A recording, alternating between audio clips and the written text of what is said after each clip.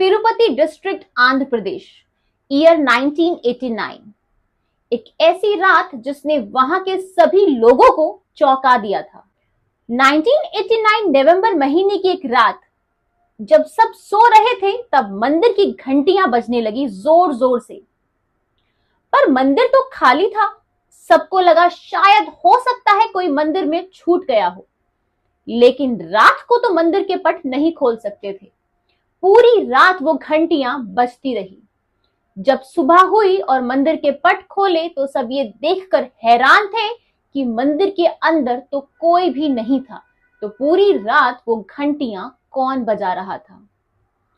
इस बात ने सभी को हिलाकर रख दिया और अब लोगों का यकीन और विश्वास और ज्यादा मजबूत हो गया था कि यहां पर मूर्ति जो स्थापित है वो मूर्ति नहीं बल्कि भगवान विष्णु का एक जीवंत रूप ही।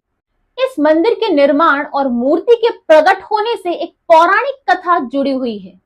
कहते हैं आदिकाल में धरती पर केवल जल ही जल हो गया था। अग्निदेव को रोकने के लिए पवन देव ने उग्र रूप धारण कर लिया, जिससे बादल फट गए और पूरी धरती जलमग्न हो गई। अब धरती पर जीवन समाप्त हो गया था।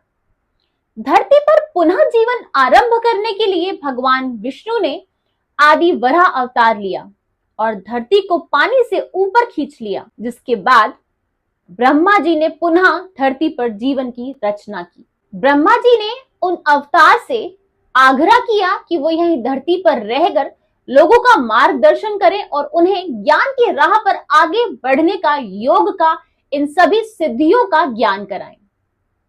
अब वराह अवतार के प्रभु विष्णु वहीं रह गए, लेकिन कुछ समय पश्चात उन्होंने ये लोक छोड़कर अपने लोक जाने का निश्चय किया और वो अपने लोक चले गए। ये देखकर ब्रह्मा जी बहुत विचलित हो गए कि अगर ऐसा होगा तो धरती पर कैसे मार्गदर्शन किया जाएगा, कैसे भक्तों के लिए कुछ अच्छा वो कर पाएंगे। यही सोचकर ब्रह्मा जी ने नारद जी से आग्रह किया कि आप जाइए और किसी तरीके से विष्णु जी को पुनः धरती पर ले आइए। नारद जी विष्णु जी से मिलने जा रहे थे। रास्ते में उन्होंने देखा कि कुछ ऋषिगण आपस में ये चर्चा कर रहे थे कि उन्हें अपने यज्ञ को किस देव को समर्पित करना चाहिए। वो भी उनकी बात सुनने लगे और उन्होंने कहा कि आप खुद ही इस बात का निश्चय क्यों नहीं कर लेते हैं। तब भृगु ऋषि ने कहा, ठीक है, मैं जाता हूं और एक एक करके तीनों देवों से मिलता हूं।